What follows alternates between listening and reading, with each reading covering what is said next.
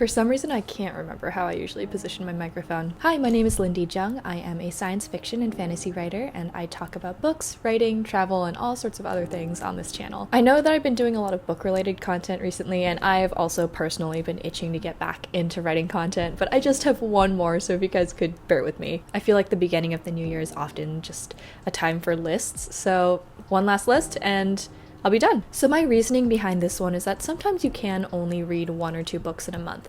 So to make it a little bit simpler for all y'all who are struggling to read consistently like I was last year, I made a list of 2 niche book recommendations for each month of 2023. I know this is coming out a little bit toward the tail end of January, but you know, I didn't want to just do a February through December list, so I included January as well. These are recommendations that more or less suit each season, based entirely off of vibes, because what else would I base it off of? And I use niche as a really loose term because some of these books have made bestseller lists or won awards. They're just ones that I see less discussed on social media, or at least my circles of social media. Oh, and I have 1 adult pick and 1 young adult pick for each month, just to diversify a little bit, but the genres pretty much run the gamut. Alright, so without further ado, let's go ahead and get right into it.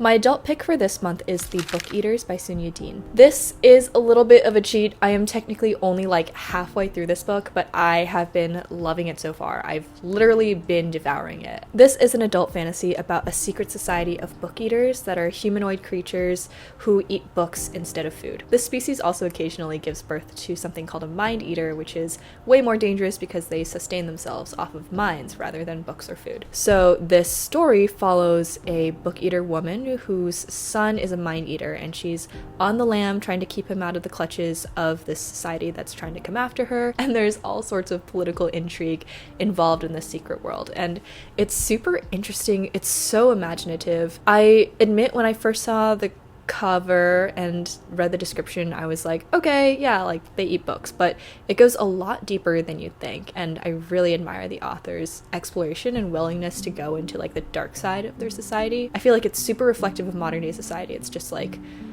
done so well within the context of this world that she's created. So if you're looking for something a little bit grim, a little bit dreary, but still with that heart of gold, you know, this story revolves around a mother's love for her children. It's really good one. Very much recommend it. My young adult pick for January is Little Thieves by Margaret Owen. Y'all already know I will basically read whatever Margaret Owen writes, and the first book of her new duology is no exception. I am itching for the next one. I cannot wait. This is a retelling of The Goose Girl, which is a fairy tale that I had no prior context or knowledge of. It's basically a fantasy heist in a fairy tale world. It's about a thief posing as a princess with the help of some enchantments, and she ends up getting cursed for stealing from the wrong god, and there's a cop chasing after her, and there's just so much going on, but it's so fun and so lively and snappy that it never feels bogged down in the way that a lot of really world-building heavy fantasy feels like for me. I feel like this is YA fantasy at its best. It's light and fun, but still like has that complicated emotional arc and fun characters, and just,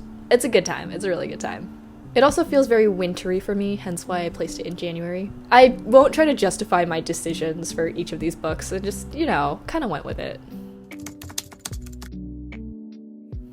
My adult pick for February is The Wolf and the Woodsman by Reid. This was another recent read for me. It had been on my radar for a really long time, like since before it actually came out. I think Reid now has Juniper and Thorn, which is something I recently was able to pick up on sale and is now on my TBR, and another one coming out, but I don't really remember the synopsis for it. In any case, this was Reid's debut, and I really enjoyed it.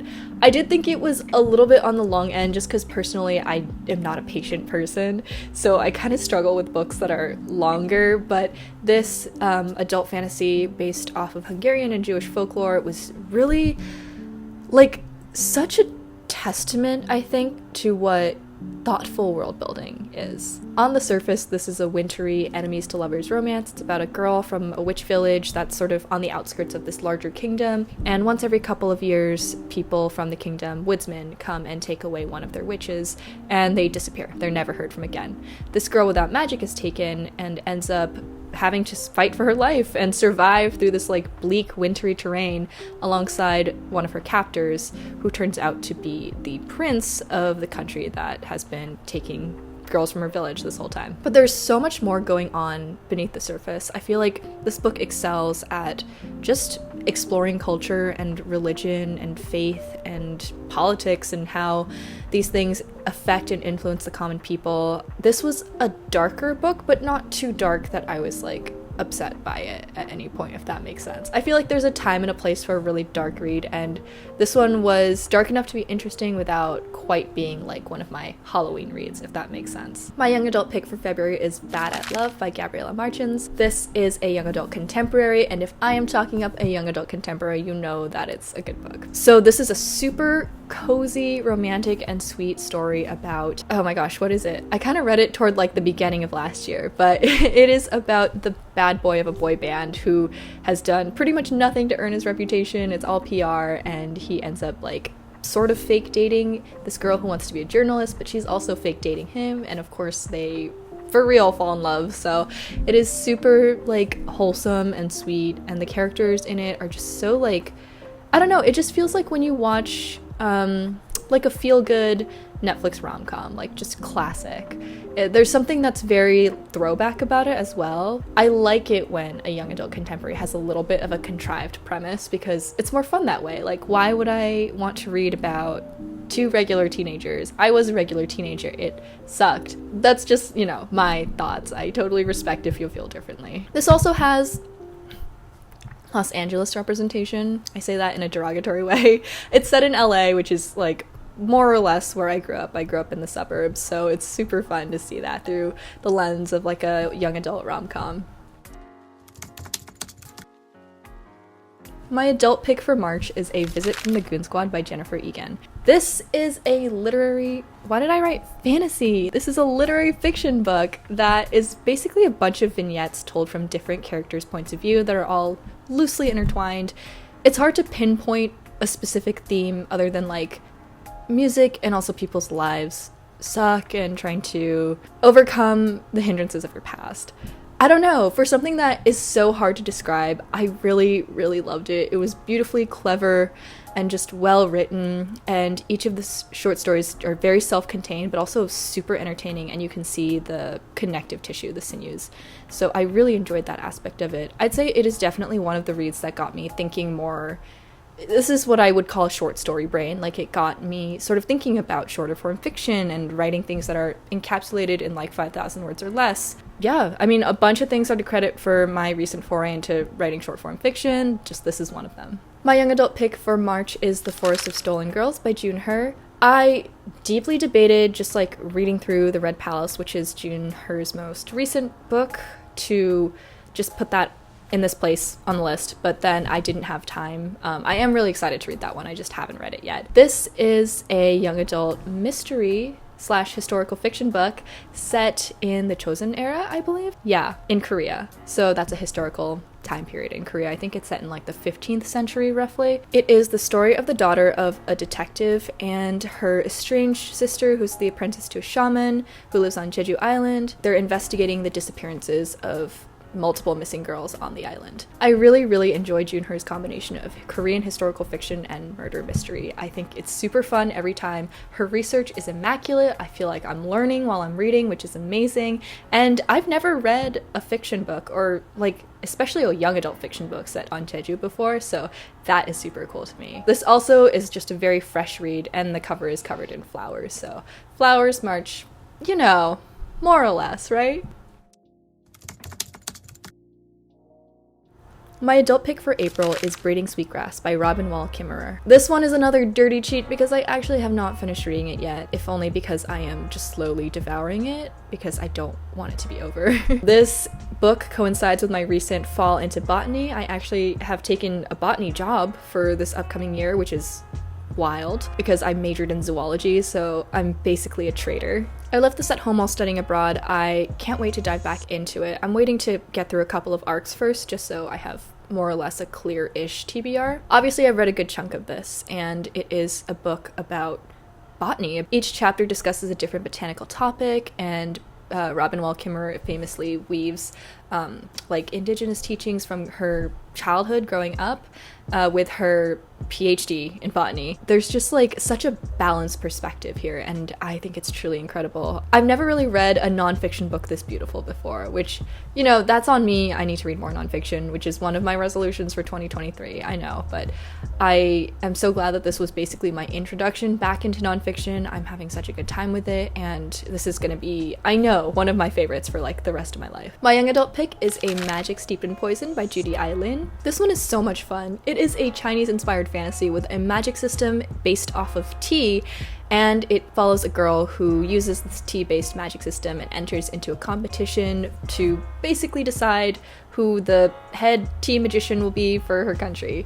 And she is doing this to save her sister, but a bunch of political turmoil and drama happens that she wasn't expecting. There's a lot of like sabotage and I think some other stuff going on by the end. So this one, especially if you read a lot of young adult fantasy, I think a lot of its elements will feel familiar. There's, you know, royal intrigue, political intrigue, and magic competition, and a spunky heroine, and yeah, but I really enjoyed the magic system, and I feel like the writing and its descriptions of flavor and tea got me like super, I won't lie, it got me really into tea for a couple weeks after reading it. I already love tea, but I was like, oh yes, the notes of mango and passion fruit, which is what I'm drinking at the moment. It's just a lot of fun, and it's really entertaining, and I feel like it's a great addition to that canon of entertaining, fun, young adult fantasy. Entertaining and fun mean the same thing, but we're gonna pretend they don't and move right along. My adult pick is Siren Queen by Nghi, to the surprise of no one, because I'm gonna mention this book every time I make a list. This was one of my favorite reads of 2022. It is a genre-bending fantasy set during the golden age of Hollywood, and yes, again, LA rep derogatory. But here, the movie industry is structured like fae courts. I don't know how else to say it, like fairy courts from myth and folklore. It follows a Chinese-American girl who navigates this system as she's trying to rise to stardom and make her mark on the world, and it is super freaking weird. It is such a weird, good book. So fun to read. The prose is incredible. I love it. I could read it again, and I will. I read it as an ARC, so I'm always kind of like, I should just buy a physical copy and have it. My young adult pick for May is The Astonishing Color of After by Emily X.R. Pan. So I low-key hesitated to put this on because I did read her most recent book, Emily X.R. Pan's that is, and I really did not enjoy it, and I was so surprised because this was that author's debut, and I found it really incredible when I read it a couple years back. Not particularly like mind-blowing, but the prose was a lot of fun. It was very much that magical realism, exploration of grief, and I at the time had not seen a lot of young adult that realistically dealt with grief, specifically like the loss of a parent. I mean, young adult fantasy is famous for just killing off parents so that they're not in the way. This one is very much about a girl whose life is shattered by the loss of her mother. Anyway, it's a contemporary with a touch of fantasy, I think is a more apt description than magical realism because that has very specific connotations. After her mother's passing, she travels to Taiwan, where her mom is from, and digs deep into their family history. At the same time, she's seeing visions of this bird that she believes is her mom's spirit come back to guide her on this quest to discover something about her past and her family, and yeah. My adult pick for June is If I Had Your Face by Frances Cha, another book that I will never stop talking up. This is a contemporary literary fiction, I guess, book about a group of young South Korean women. It is also split up between like, I want to say like 7 points of view. Like there's a lot of points of view, and it's just showing different aspects of Korean womanhood through these different perspectives. All of them have their struggles, but there is a heavy theme of lookism, so basically the concept of people being discriminated against because they're not attractive. This one's really sharp, really real. It does not pull its punches. I struggle a little bit with, you know what? I don't even need to say it. I feel like everyone else who inhabits like a femme body, I struggled a little bit with like my appearance.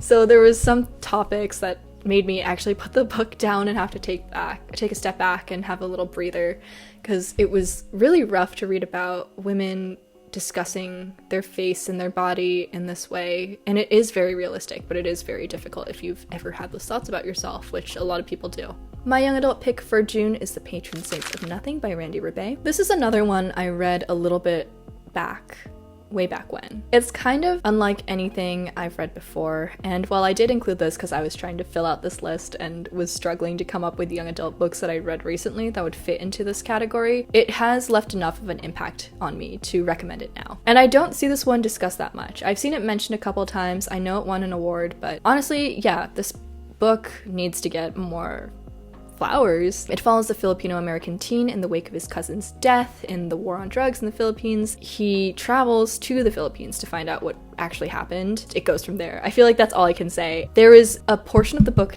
toward the very end, like the conclusion that it comes to struck me so profoundly that I still haven't been able to forget it after all these years, which is kind of wild because I have a very bad memory. And it's done incredibly well. I mean, I feel like this is a really good approach to the subject for the target audience, and especially English language readers. But yeah, this is just one of those books that I feel like more people should read for their own good.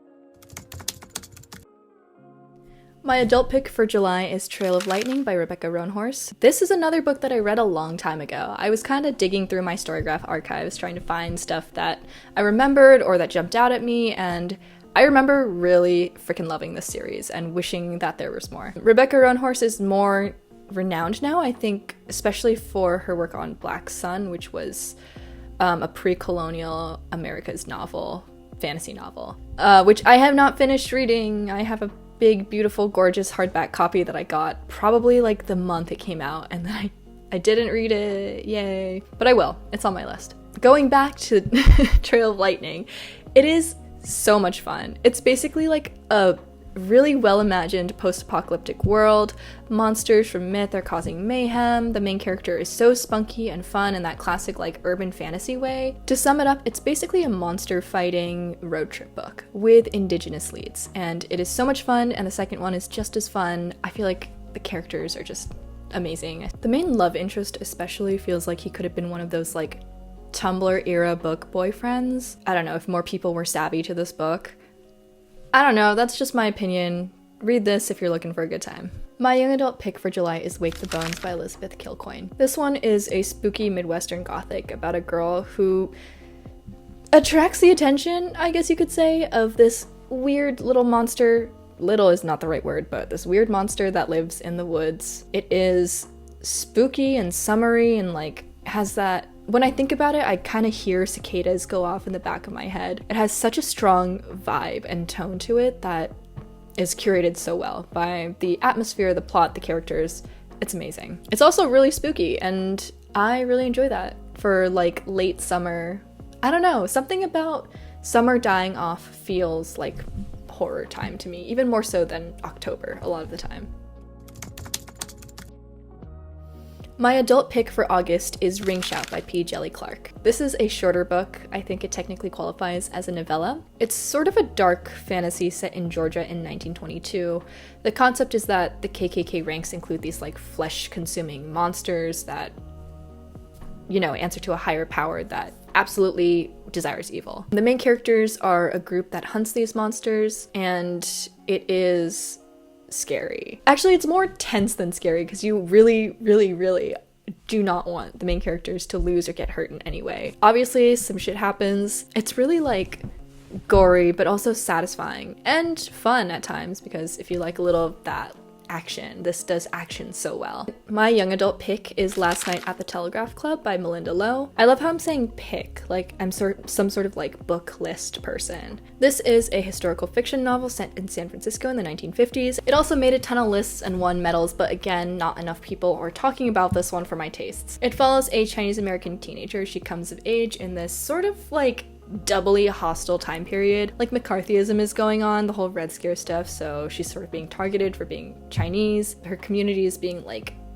searched for suspected communist activity. In the midst of all this, she's coming into terms with her sexuality and regularly going to drag clubs by sneaking out at night. This one is like heartbreaking, but not in a bad way. I feel like there's tragic queer books and then just like things that realistically explore the ups and downs of being queer. There's a lot of joy in this one of like first loves and finding yourself and, you know, finding community as well. But it doesn't glorify any of that. It does show a little bit of like the biases and prejudices of both, you know, the Chinese community that she's from and the queer community that she ends up embroiled in. This one is really, really well done, well balanced, and well researched as well, and another one that I feel like everyone should just read. Like, they should. Wow, I wish San Francisco was real and not just invented for last night at the Telegraph Club.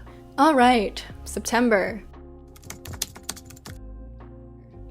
My adult pick for this month is Folklore by Angela Myung-her. This is, like, without a doubt, one of the most interesting books I've ever read. It follows a Korean-American particle physicist with a really traumatic family history. In the wake of her mother's death, she's being haunted by figures from Korean folklore, and she kind of can't tell if she's literally just losing her mind or if it's real. And the fun thing about this book is you as the reader can't really tell either. This book blends myth and folklore and magic and trauma and like just family history together in such an interesting way.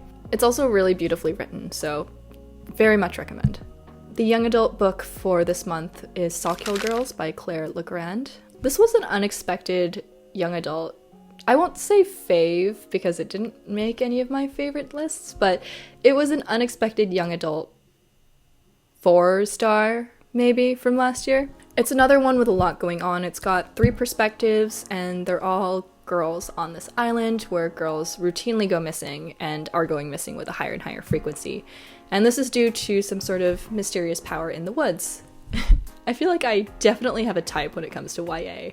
I love sapphic girls and things in the woods that are fucking things up. Anyway, this is one of those. It's very atmospheric, very spooky. I feel like the 3 main characters were all really equally enjoyable to me, which is really important in a multi-POV book. And yeah, I mean, I enjoyed it a lot. I would recommend, and I feel like it's a really good, like, fall time, autumn, autumnal read. My adult pick for October is The Salt Goes Heavy by Cassandra Kah. This one is a novella. It's definitely a horror fantasy novella about a plague doctor and a mermaid, but not in the traditional sense, who are journeying together. That's pretty much all I knew going in, so that's all I'm gonna tell you now. This one has pitch perfect gory horror vibes, but also a touch of softness at its core, and it's got really delectable prose as well, so highly recommend you check it out. It might not be out yet. I'm really terrible at telling when arcs I've read are meant to come out. My young adult pick for October is Not Good for Maidens by Tori Bovolino. This is an A-tier horror fantasy book, pure and simple. It's a retelling of the goblin market in loose terms. It is told in dual perspectives in different time periods. It's basically telling the story of a girl and her aunt when she was her age, both going on separate journeys to save the ones they love from the clutches of the goblin market. I was kind of surprised when this book had queer rep. The love stories at its core are just really like wholesome, and it also explores the really crucial relationships between the women of this family, and I enjoyed that as well. Oh, it is like super dark though, like it's quite gory. My adult book for this month is Wayward by Amelia Hart. This one, again, follows multiple generations of witches, just like the last one. It follows 3 generations of witches specifically.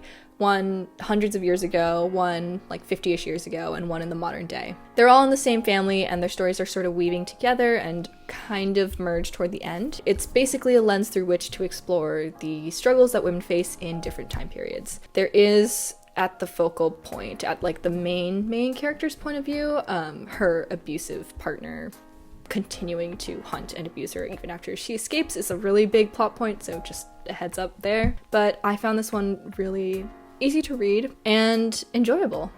I mean, I enjoyed all of these, that's why I'm recommending them, but there is something so satisfying about seeing women like overcome struggles in this way and to see it done with power.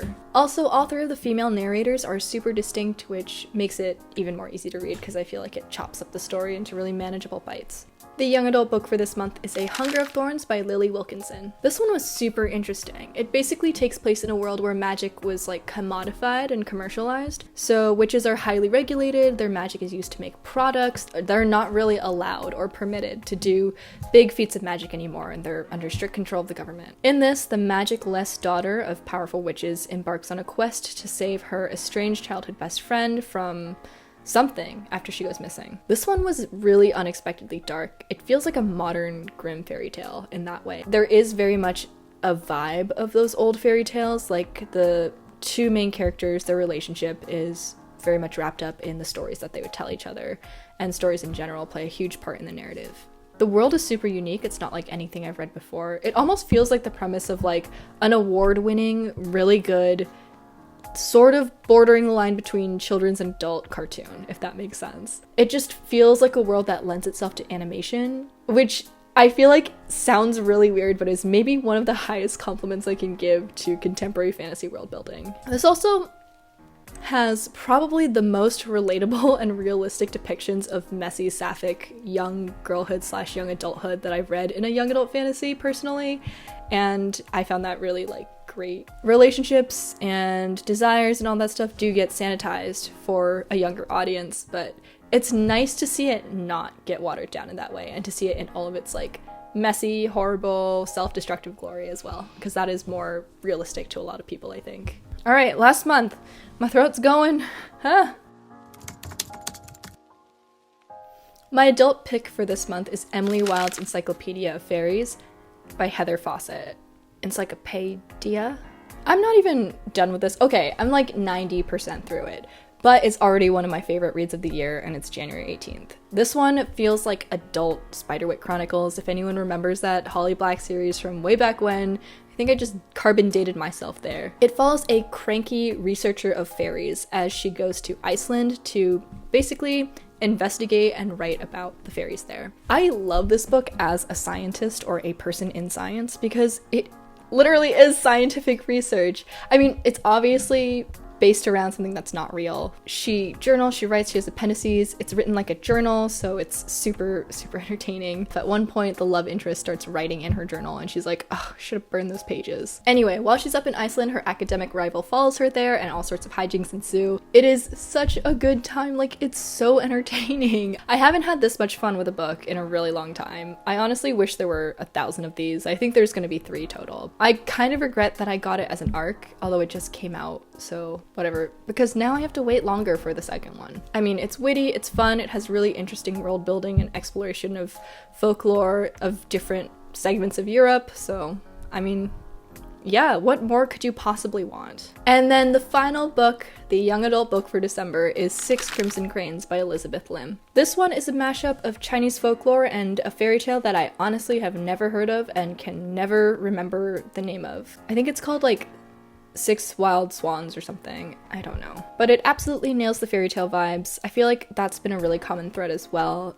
In my defense, I've been writing like a fairy tale retelling young adult for the past year-ish or so, so that's why I've been reading all of these. Anyway, it weaves all of the really fantastical fairy tale narration vibes into the coming of age story of like a very spunky princess, which is always fun. And yeah, I feel like that sums it up. Like, this one is a lot of fun to read. It's a breeze to get through, the prose is nice, and there's really nothing you can shake your fist at. A lot of this book takes place in the snow, but there is like soup in it. I don't know, something about that just screams December to me. All right.